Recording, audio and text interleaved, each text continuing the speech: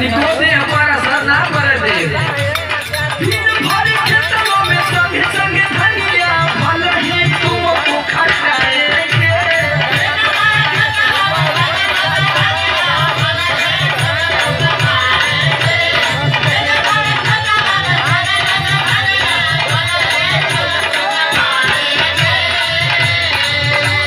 दिन भर खेतों में संगे संगे धनिया भले ही तुमको खटाएंगे।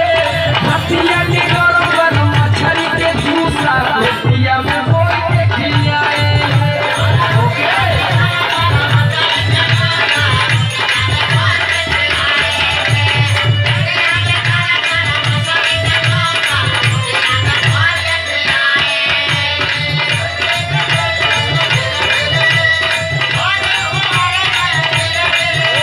जिया जिया